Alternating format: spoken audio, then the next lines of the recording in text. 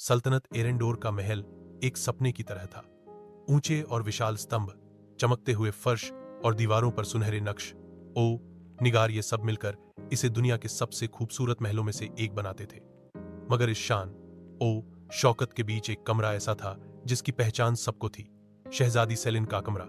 यह वही सेलिन थी जिसे सब सुस्त राजकुमारी कहकर पुकारते थे। वह दिन के उजाले में भी नींद से बोझल आंखों के साथ रहती और रात को ख्वाबों की दुनिया में खो जाती। उसके कमरे में खिड़कियां खुली थीं, बाहर के परिंदे ओर ओर से चहचहा रहे थे, मगर वह फिर भी रेशमी चादर के नीचे सिमटी हुई थी। दरवाजे के बाहर से एक भारी आवाज गूंजी, राजकुमारी, आप फिर देर कर रही हैं, सबक शुरू हो चुका है। यह लेडी मार्विन थी, उसकी गवर्निंग। वह रोज यही शब्द दोहराती और रोज यही अंजाम देखती। 5 मिनट और, सेलिन ने आह भरते हुए कहा, जैसे नींद उसके शरीर से लिपटी हुई हो। लेडी मार्विन ने बेबसी से सर हिला दिया। यह लड़की कभी नहीं सुधरेगी।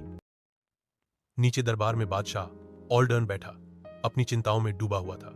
सलाहकार आसपास खड़े थे और हर एक के चेहरे पर एक सा भाव था, निराशा। मेरी बेटी सेलिन दिन रात आलस्य में बिताती है, बादशाह ने अफसोस से कहा। अगर वह अपनी जिम्मेदारी नहीं समझती तो एक दिन यह सिंहासन कैसे संभालेगी। एक सलाहकार ने हल्की सी मुस्कुराहट के साथ कहा, जहां पनाह, रियाया उसे अब सुस्त शहजादी कहने लगी है। कोई नहीं मानता कि वह कभी हुक्मरान बन सकेगी। ये अल्फाज बादशाह के दिल पर चाकू की तरह लगे। उसने कुछ नहीं कहा, मगर उसकी आंखों की थकान सब कुछ जाहिर कर गई। दोपहर को सेलिन महल के बाग में निकली। हरे भरे पेड़ों के बीच वह धीरे धीरे चल रही थी। साथ में उसकी सबसे करीबी सहेली मारिन मौजूद थी। सेलिन, मारिन ने मुस्कुराकर कहा, तुम्हारी यह सुस्ती सबको खलने लगी है। लोग तुम्हें कभी गंभीरता से नहीं लेंगे। सेलिन ने आसमान की ओर देखा और हल्के से हंसी। तो क्या हुआ, मुझे बादशाहत नहीं चाहिए। अगर सब मुझे बेकार समझते हैं तो समझने दो। मारिन ने उसके चेहरे को गौर से देखा। नहीं सेलिन, तुम में कुछ है, कुछ ऐसा जो तुम्हें खुद भी नहीं मालूम। सेलिन ने बात टालने की कोशिश की, मगर मारिन के लहजे में जो यकीन था वो उसके दिल में कहीं गहराई में उतर गया। शाम के समय जब वह अकेली बाग के कोने में बैठी हुई थी, अचानक एक अजीब सा दृश्य उसके सामने आया। एक चमकता हुआ उल्लू धीरे से आकर उसके पास बैठ गया। उसकी आंखें अंधेरे में जुगनुओं की तरह चमक रही थीं। सेलिन ने हैरानी से सांस रोकी। तुम कौन हो? उल्लू ने पर हिलाए और फिर एक आवाज गूंजी, मगर वह आवाज सिर्फ सेलिन के कानों में थी। वक्त करीब है शहजादी, अपने ख्वाबों की सरगोशी सुनो। तुम्हें एक दिन सबके लिए खड़ा होना होगा। सेलिन का दिल धड़कने लगा। यह ख्वाब है या हकीकत? उल्लू अंधेरे में फड़फड़ाता हुआ गायब हो गया और सेलिन देर तक उस जगह को घूरती रही जहां वह अभी मौजूद था। रात को जब वह नींद में गई तो एक और फुसफुसाहट उसके सपनों में उभरी। रास्ता खोजो, छाया तुम्हें मार्गदर्शन करेगी। वह घबराकर जाग उठी। पसीना उसके माथे पर चमक रहा था। खिड़की के बाहर चांदनी फैली हुई थी और दूर पहाड़ों के साए जमीन पर लंबे होते जा रहे थे। सेलिन ने खुद से सरगोशी की, शायद मेरा मुकद्दर कुछ और है। इस लम्हे उसे अंदाजा नहीं था कि यही ख्वाब, यही सरगोशियां उसकी पूरी जिंदगी बदलने वाली हैं। रात गहरी हो चुकी थी। महल की दीवारों पर जलती मशालों की लौ थरथरा रही थी। हर तरफ खामोशी थी, जैसे सारा जहां नींद की चादर ओढ़ चुका हो। मगर शहजादी सेलिन की आंखों में नींद नहीं थी। वह अपने बिस्तर पर लेटी हुई थी, मगर दिल की धड़कन तेज थी। वह बार बार अपने कमरे के कोने को देखती जहां शाम को वह रहस्यमय उल्लू आकर बैठा था। क्या यह सपना था या हकीकत? वह सोचती रही। चांदनी खिड़की से अंदर आ रही थी और कमरे में अजीब सा सन्नाटा फैला हुआ था। धीरे धीरे उसकी आंखें बोझिल हुईं और वह नींद की गहराइयों में डूब गई। नींद में उसने खुद को एक अजनबी स्थान पर खड़ा पाया। सामने अंधेरों में लिपटी हुई एक राह थी। राह के दोनों तरफ पेड़ थे जो हवा के बिना भी हिल रहे थे, जैसे मैं फुसफुसा रहा हूं। फिर अचानक वही फुसफुसाहट गूंजी जो पिछली रात भी आई थी। रास्ता तलाश करो, साया तुम्हारी रहनुमाई करेगा। सेलिन ने चारों तरफ देखा। कौन है? सामने आओ। अंधेरों के बीच से एक धुंधला सा साया उभरा। वह औरत का रूप था, मगर चेहरा धुंध में छिपा हुआ था। आवाज नरम मगर ताकतवर थी। तुम वही हो जिसका जिक्र भविष्यवाणी में है। तुम्हें जागना होगा सेलिन। सेलिन कांप उठी। नहीं, मैं तो कुछ भी नहीं कर सकती। लोग मुझे सुस्त राजकुमारी कहते हैं। छाया करीब आई। इन्हीं सायों में तुम्हारी शक्ति छिपी है। वक्त आने पर तुम्हें खुद पे यकीन करना होगा। इतना कहकर वह साया हवा में घुल गया और सेलीन के सामने एक बड़ा पेड़ उभर आया। उसकी जड़ों के नीचे रोशनी चमक रही थी, जैसे कोई गुप्त दरवाजा हो। सेलीन चौंक कर जाग गई। उसकी सांसें फूली हुई थीं। पसीना माथे पर मोतियों की तरह चमक रहा था। कमरे में सब कुछ मामूल के मुताबिक था, मगर उसका दिल जानता था कि यह महज ख्वाब नहीं था। अचानक खिड़की पर एक हल्की सी आवाज आई। वही उल्लू फिर आ बैठा था, आंखों में परासरार चमक लिए। यह सपना, यह पेड़, यह सब क्या है? सेलीन ने धीरे से पूछा। अगले दिन सुबह के समय सेलीन ने अपनी राजदार सहेली मारिन को सब कुछ बताया। दोनों बाग के कोने में बैठी थीं, जहां कोई उन्हें न सुन सके। मारिन, मैंने सपने में एक साया देखा। उसने कहा कि मुझे जागना होगा। और फिर एक पेड़ जिसकी जड़ों में रोशनी थी। मारिन ने उसकी बात बड़े गौर से सुनी। यह कोई आम सपना नहीं सेलीन, मुझे लगता है यह सपना तुम्हें किसी गुप्त रास्ते की ओर बुला रहा है। सेलीन के चेहरे पर डर और जिज्ञासा दोनों झलक रहे थे। अगर यह सब सच हुआ तो? मारिन ने उसका हाथ थामा। तो फिर मैं तुम्हारे साथ हूं। जो भी राज है हम दोनों मिलकर जानेंगे। सेलीन ने पहली बार महसूस किया कि वह अकेली नहीं है। उल्लू ने कोई जवाब न दिया, बस अपने परों को फड़फड़ाया, मगर उसकी आंखें जैसे कह रही हों कि यह सफर अभी शुरू हुआ है। रात फिर उतरी। सेलीन ने कमरे की खिड़की से बाहर देखा तो उल्लू फिर वहीं बैठा था। उसकी आंखें रोशनी की तरह चमक रही थी। सेलीन ने दिल ही दिल में फैसला किया, अब मैं डर कर नहीं बैठूंगी। ये ख्वाब मुझे कुछ बताना चाहते हैं। मुझे सच्चाई तलाश करनी होगी। चांदनी महल पर बिखर रही थी और साये जमीन पर फैलते जा रहे थे। सेलीन ने खुद से सरगोशी की, यह सिर्फ शुरुआत है। महल की जिंदगी बज़ाहिर आम लगती थी, मगर सेलीन के दिल में एक तूफान बरपा था। दिन में वह वही सुस्त शहजादी नजर आती, मगर रात को ख्वाब और उल्लू की मौजूदगी उसे मुसलसल किसी राज की तरफ धकेल रहे थे। इसी उलझन में वह अक्सर महल के पुराने बाग की तरफ निकल जाती, जहां बड़े बड़े पेड़ और पुराने फव्वारे वक्त की धूल में छिपे हुए थे। वह बाग इतना वीरान था कि शायद महल वाले भी उसकी तरफ कम ही आते। एक दिन सेलीन बाग के एक सुनसान कोने में पहुंची तो अचानक उसे झाड़ियों में खड़खड़ाहट सुनाई दी। वह चौंक कर रुक गई। कौन है? सामने आओ, उसने डरी हुई आवाज में कहा। झाड़ियों से एक लड़का प्रकट हुआ, कपड़ों पर मिट्टी, हाथ में पुराना सा थैला और चेहरे पर शरारत भरी मुस्कुराहट। डरने की जरूरत नहीं राजकुमारी, मैं आपको नुकसान नहीं पहुंचाऊंगा। सेलीन ने हैरानी से उसे देखा। तुम महल के सिपाही नहीं हो, फिर तुम यहां कैसे? लड़का हंस पड़ा। सिपाही नहीं, मेरा नाम एड्रियन है। मैं शिकारियों के गांव से हूं जो महल के जंगल के पार है, लेकिन मुझे राज रखना आता है। सेलिन ने आंखें तंग की। राज? कैसा राज? एड्रियन ने कंधे उचकाए। जैसे कि मैं अक्सर इस बाग में छिपकर आता हूं और अब की राजकुमारी भी अकेली अकेली यहां घूमती है।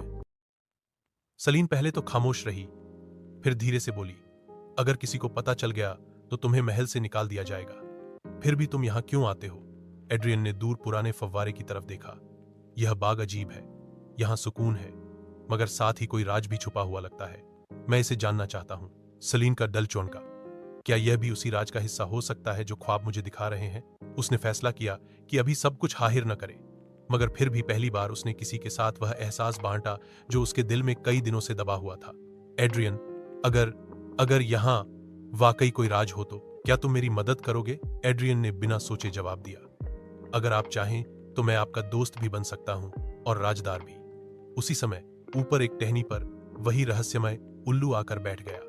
उसकी आंखें सेलीन पर जमी थीं और परों में हल्की सी रोशनी झलक रही थी। एड्रियन ने चौंक कर ऊपर देखा। यह उल्लू, यह आम पक्षी नहीं लगता।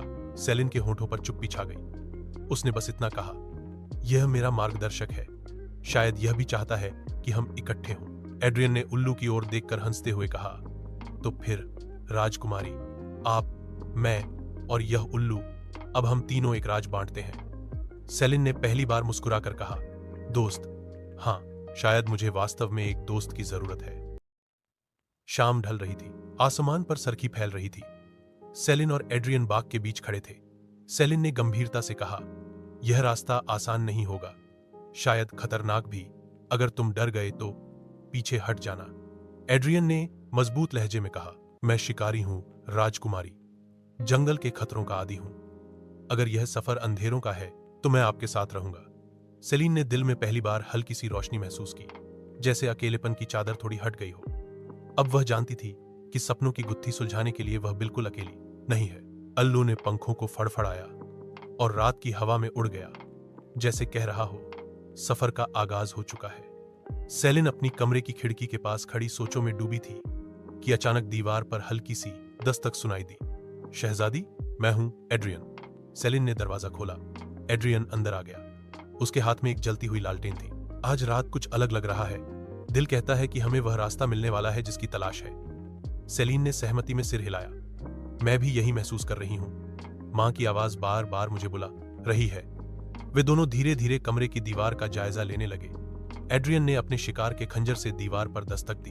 अचानक एक जगह खोखली आवाज सुनाई दी। सेलिन ने चौंक कर कहा, ये हिस्सा आम नहीं है। एड्रियन ने जोर से धक्का दिया। धड़ाम। दीवार का एक कोना पीछे की ओर खिसक गया और एक तंग सा अंधेरा रास्ता उनके सामने खुल गया। अंदर से बासी हवा और पुरानी लकड़ी की खुशबू आ रही थी। सेलिन का दिल जोर जोर से धड़कने लगा। ये महल के नीचे का हिस्सा है। एड्रियन ने लालटेन आगे बढ़ाते हुए कहा, आएं, रास्ता हमारा इंतजार कर रहा है। वे दोनों धीरे धीरे कमरे की दीवार का जायजा लेने लगे। एड्रियन ने अपने शिकार के खंजर से दीवार पर दस्तक दी। अचानक एक जगह खोखली आवाज सुनाई दी। सेलिन ने चौंक कर कहा, यह हिस्सा सामान्य नहीं है। एड्रियन ने जोर से धक्का दिया।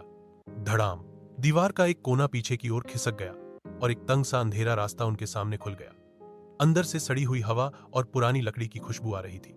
सेलिन का दिल जोर जोर से धड़कने लगा। यह महल के नीचे का हिस्सा है। एड्रियन ने लालटेन आगे बढ़ाते हुए कहा, आओ, रास्ता हमारा इंतजार कर रहा है। वे दोनों अंधेरों में उतरने लगे। तंग सीढ़ियां नीचे जा रही थीं और हर कदम पर धूल उड़ती थी। सेलिन का दिल डर और जिज्ञासा के बीच कांप रहा था। उल्लू भी उनके पीछे पीछे आ रहा था। उसकी आंखों में हल्की रोशनी झलक रही थी। नीचे पहुंचकर उन्होंने एक लंबी सुरंग देखी।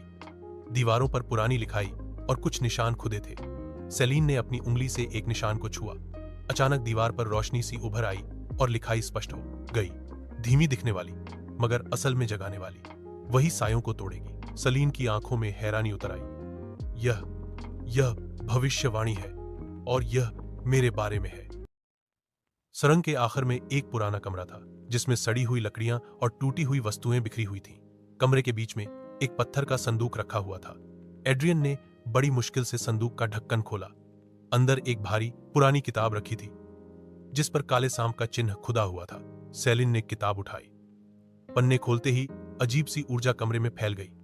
किताब में लिखा था, काले सांपों की वापसी निकट है।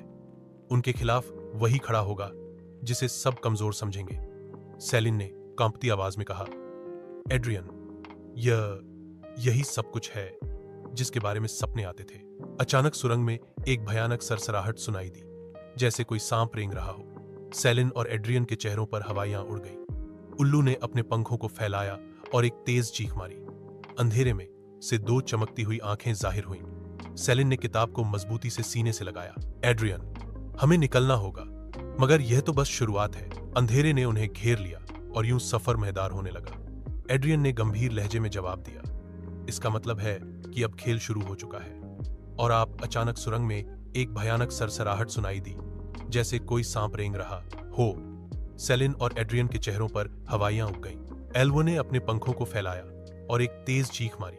अंधेरे में से दो चमकती हुई आंखें जाहिर हुई। सेलिन ने किताब को मजबूती से सीने से लगाया। एड्रियन, हमें निकलना होगा, मगर यह तो बस शुरुआत है। अंधेरे ने उन्हें घेर लिया और यूं सफर मजीद खतरनाक होने लगा। खेल की असल खिलाड़ी है शहजादी। महल का माहौल दिन भारी होता जा रहा था। दरबारियों के चेहरों पर डर की छाया थी। कोई जानता था कि कुछ बुरा होने वाला है, लेकिन सच्चाई से सब बेखबर थे।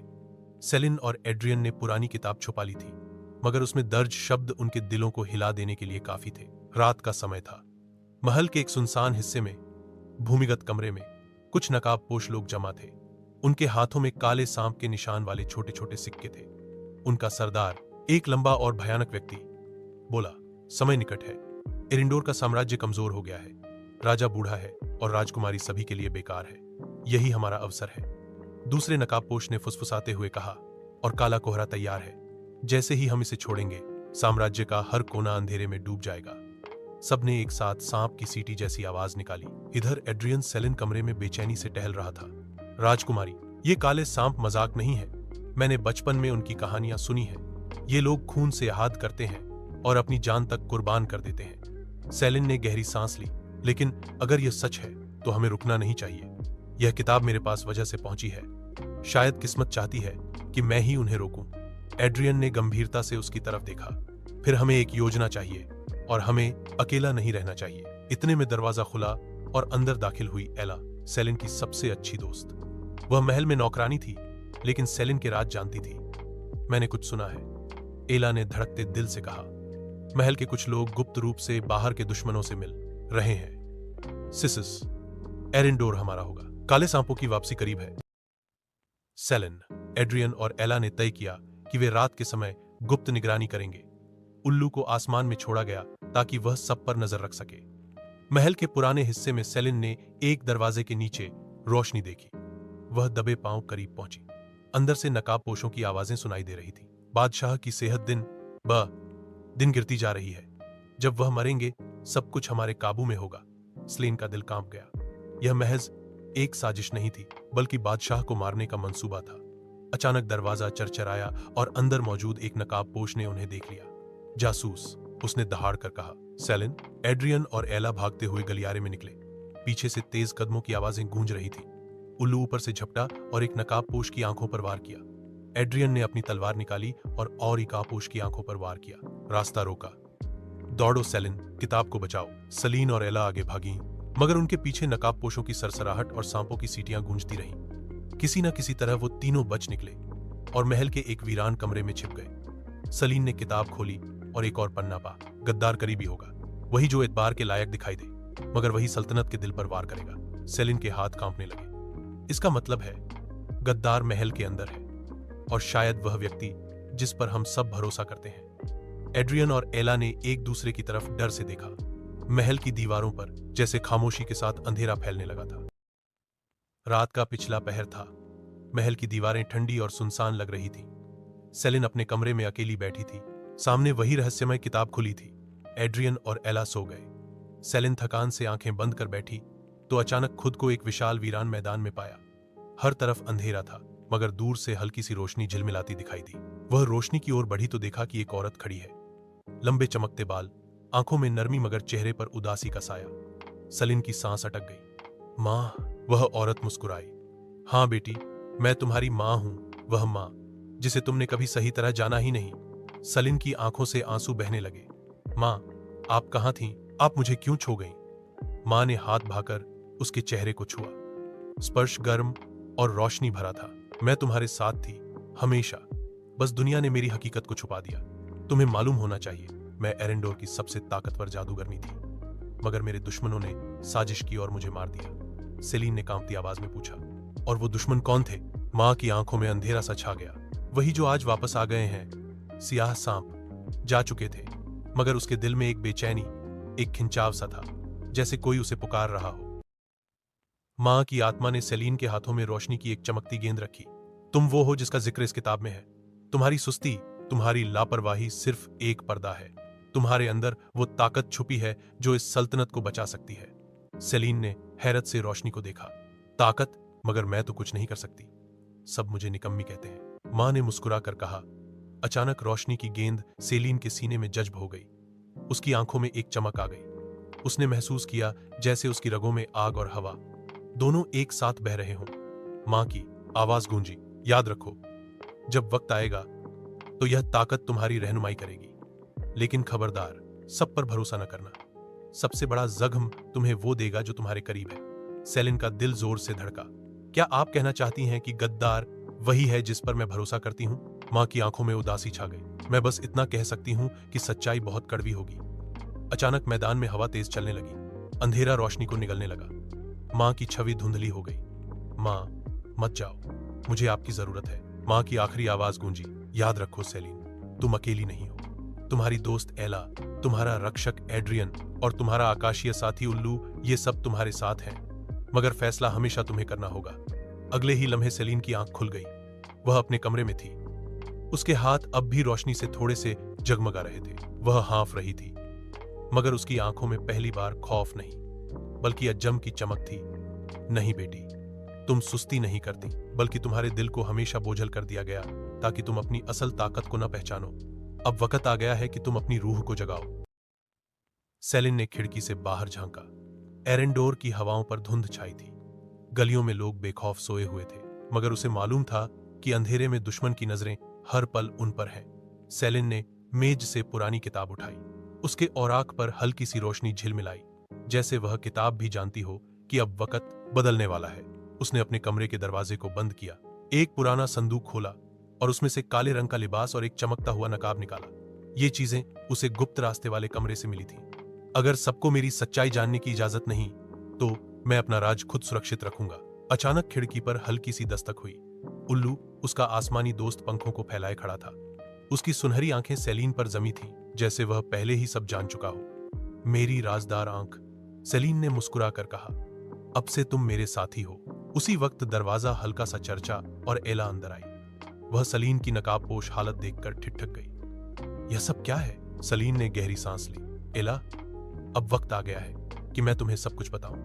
मैं वह सुस्त शहजादी नहीं जो सब समझते हैं। सियाह सांप वापस आ गए हैं, और अगर हमने कुछ न किया तो यह सल्तनत तबाह हो जाएगी। एला ने एक पल सोचा, फिर उसकी आंखों में वफादारी की चमक उभरी। तो फिर मुझे भी साथ ले चलो। राज रखने का हुनर मेरे पास है, और दोस्त हमेशा साथ खड़े होते हैं। उसने आहिस्ता से नकाब चेहरे पर बांधा। आईने में अब सुस्त शहजादी नहीं, बल्कि एक रहस्यमय शिकारी खड़ी थी। सेलिन, इला और उल्लू आधी रात को छिपे हुए रास्ते से महल के पुराने हिस्से की ओर निकले। वहां खामोशी बहुत भारी थी, जैसे दीवारें खुद कोई भयानक कहानी सुनाने वाली हों। अचानक उल्लू ने पर फड़फड़ाए और फुसफुसाया। हो! सेलिन ने कान लगाकर सुना। दूर से सरसराहट और कदमों की छाप आ रही थी। वे तीनों एक खंभे के पीछे छिप गए। सामने काली चादर ओढ़े कुछ लोग जमा थे। उनके बाजू पर सांप का निशान चमक रहा था। काला सांप, सेलिन ने धीरे से कहा। उनका नेता धीमी आवाज में बोला, वक्त करीब है।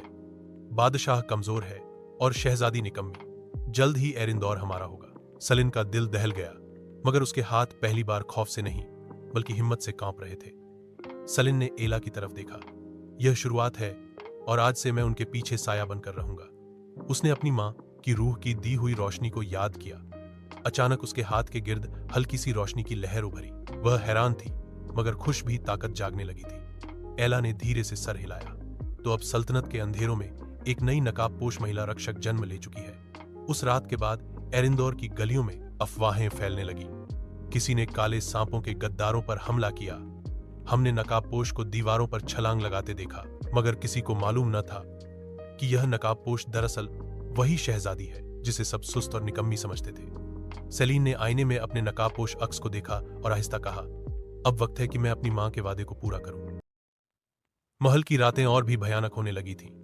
हर दिन कोई न कोई सिपाही गायब हो जाता, कोई दरबारी अचानक लापता हो जाता। जनता में डर बढ़ रहा था, और बादशाह की ताकत कमजोर पड़ती जा रही थी।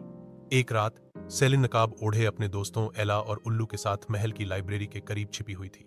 एला ने फुसफुसाया, यह जगह क्यों? सेलिन ने किताबों की कतारों पर नजरें जमाते हुए कहा, मेरी मां की आत्मा ने सपने में कहा था कि गद्दार वह है जिसके हाथ में ज्ञान और शक्ति दोनों है।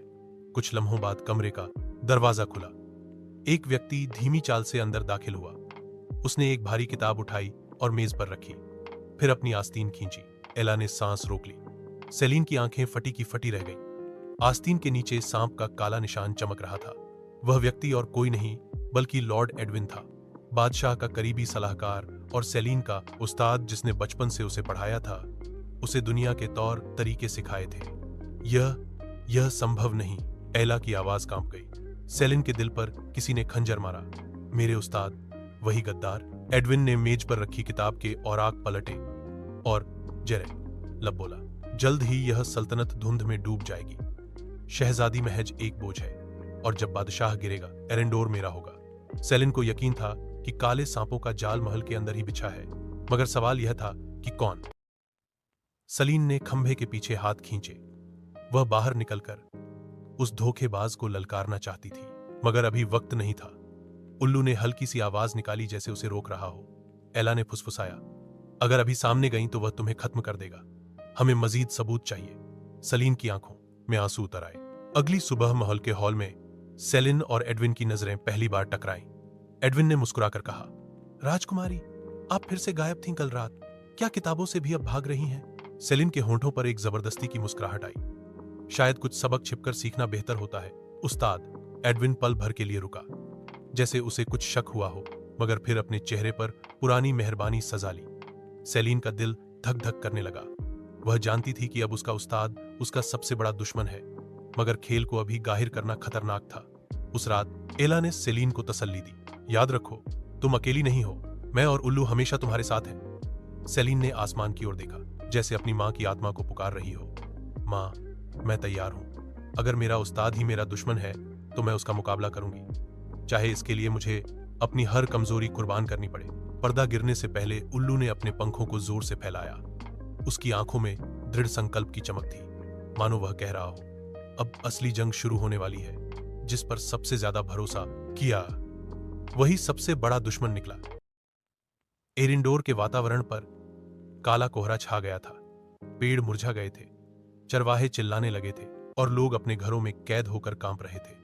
काले सांपों की हंसी महल की दीवारों से टकराकर गूंज रही थी। महल के दरवाजे टूटे और एडविन के साथ नकाबपोश योद्धा अंदर घुस आए। उनके साथ सांपों की सेना रेंगती हुई बढ़ रही थी। हर तरफ खौफ ही खौफ था। एला ने तलवार संभाली। उसकी आंखों में डर जरूर था, मगर कदम मजबूत थे। उल्लू ने परों को फैलाया और किले के बुर्ज पर जा बैठा। उसी लम्हे सेलिन का दूसरा राजदार दोस्त, लेंडर शहजादी का बचपन का साथी लड़का, जो बहादुर मगर आम सिपाही था, भी अपने दस्ते के साथ आ पहुंचा। शहजादी, हम आपके साथ हैं। सेलिन ने अपने सभी दोस्तों की तरफ देखा। एला की आंखों में दोस्ती, लेंडर के हाथ में हिम्मत और उल्लू की उड़ान में दृढ़ संकल्प था। उसने बुलंद आवाज में कहा, यह लड़ाई सिर्फ मेरी नहीं, हम सब की है। आज से हम एरिंदोर के रक्षक हैं। सबने एक साथ जवाब दिया, हम आपके साथ हैं। काले सांपों ने हमला किया। एला ने अपनी तेज तलवार से दुश्मनों को काट डाला। हर वार के साथ वह चीखती, यह एरिंदोर की माताओं और बच्चों के लिए है। लैंडर ने अपने सिपाहियों के साथ ढाल का घेरा बनाया, धुंध के वार को रोका और नकाबपोश दुश्मनों को पीछे धकेला। हेलो, हवा में घूमकर दुश्मनों की आंखों पर झपटता, उन्हें अंधा कर देता। और सेलिन नकाब में छिपी अपनी मां की रोशनी को जगाकर काला धुंध चीरती जा रही थी। एडविन ने कह कहा लगाया, तुम सब एक नन्ही लड़की के पीछे अपनी जान दे रहे हो। यह धुंध तुम्हें खत्म कर देगी। सेलिन आगे बढ़ी, यह लड़की नहीं, यह सल्तनत की बेटी है, और बेटी के साथ खड़ी है पूरी एरिंदोर की रूह। एडविन ने काला तूफान उठाया। सांपों की फौज उसके साथ मिल गई। सेलिन ने अपनी शक्ति जगाई। उसके हाथ से रोशनी का दायरा निकला, मगर अकेले उसकी रोशनी कमजोर पड़ रही थी। तब एला उसके पास आरा खड़ी हुई। हम सब मिलकर लड़ेंगे। उसने अपनी तलवार को सेलिन की रोशनी में डुबो दिया। लैंडर ने अपनी ढाल उठाई और वह भी रोशनी से जगमगा उठी। उल्लू ने पंखों को फड़फड़ाया तो आसमान पर सुनहरी रोशनी फैल गई। चारों की ताकत एक साथ जुड़ गई। एडविन चिल्लाया और अपनी आखिरी जादुई तलवार सेलिन की तरफ फेंकी। सेलिन ने दोनों हाथ ऊपर उठाए और इस बार वह अकेली न थी। एला, लैंडर और उल्लू की ताकत भी इसमें शामिल थी।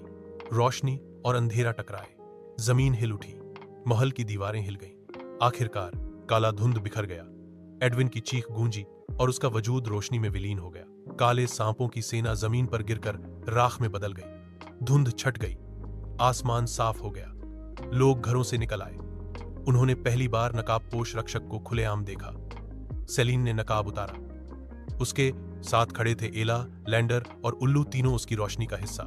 शहर की हवा गूंज उठी, राजकुमारी जिंदाबाद, एरिंडोर जिंदाबाद। सेलिन ने अपने दोस्तों की ओर देखकर कहा, यह मेरी जीत नहीं, यह हमारी जीत है। रोशनी का एक महान धमाका हुआ। युद्ध समाप्त हो गया था। काला कोहरा बिखर गया। काले सांपों का अस्तित्व मिट चुका था, मगर महल की दीवारों पर पड़े जख्म और लोगों के दिलों में फैला डर साफ दिखाई देता था। बादशाह तख्त पर बैठा कमजोर दिखाई दे रहा था, मगर आंखों में फख्र था। यह सब हमारी बेटी ने किया है। दरबारी एक दूसरे को देखने लगे। वही दरबारी जो कल तक सेलिन को सुस्त शहजादी कहते थे, आज उसकी बहादुरी के गवाह थे। एक वज़ीर बोला, हमें माफ कर दीजिए शहजादी, हमने आपको गलत समझा। सेलिन ने गहरी सांस ली। मेरी सुस्ती वास्तव में एक आवरण था। मैंने कमजोरी का दिखावा किया ताकि दुश्मन मुझे कभी गंभीरता से न ले, लेकिन समय आने पर मुझे अपने साम्राज्य का साथ देना ही था। एला आगे बढ़ी। अगर नकाब के पीछे सेलिन थी, तो उस नकाब की ताकत उसकी दोस्ती, विश्वास और बलिदान था। लैंडर ने अपनी ढाल जमीन पर रखी और कहा, राजकुमारी अकेली नहीं थी, हम सब ने उसके साथ लड़ाई की, और यही एरिंदोर की असली ताकत है। उल्लू ने पर फड़फड़ाए, जैसे वह भी कह रहा हो, यह कहानी सिर्फ राजकुमारी की नहीं बल्कि सबकी है। सेलीन किले के बड़े हॉल में खड़ी थी। उसके इर्द गिर्द लोग जमा थे, कुछ हैरान, कुछ शर्मिंदा और कुछ शुक्रगुजार। बादशाह ने खड़े होकर ऐलान किया, आज से कोई असेसिस्त शहजादी नहीं कहेगा। यह हमारी सल्तनत की रक्षक है, सिंहासन की असली वारिस। पूरा हॉल गूंज उठा, रक्षक जिंदाबाद, राजकुमारी सेलीन जिंदाबाद। दृश्य 4। सिंहासन की छाया। रात को सेलीन अपने कमरे की बालकनी में खड़ी थी।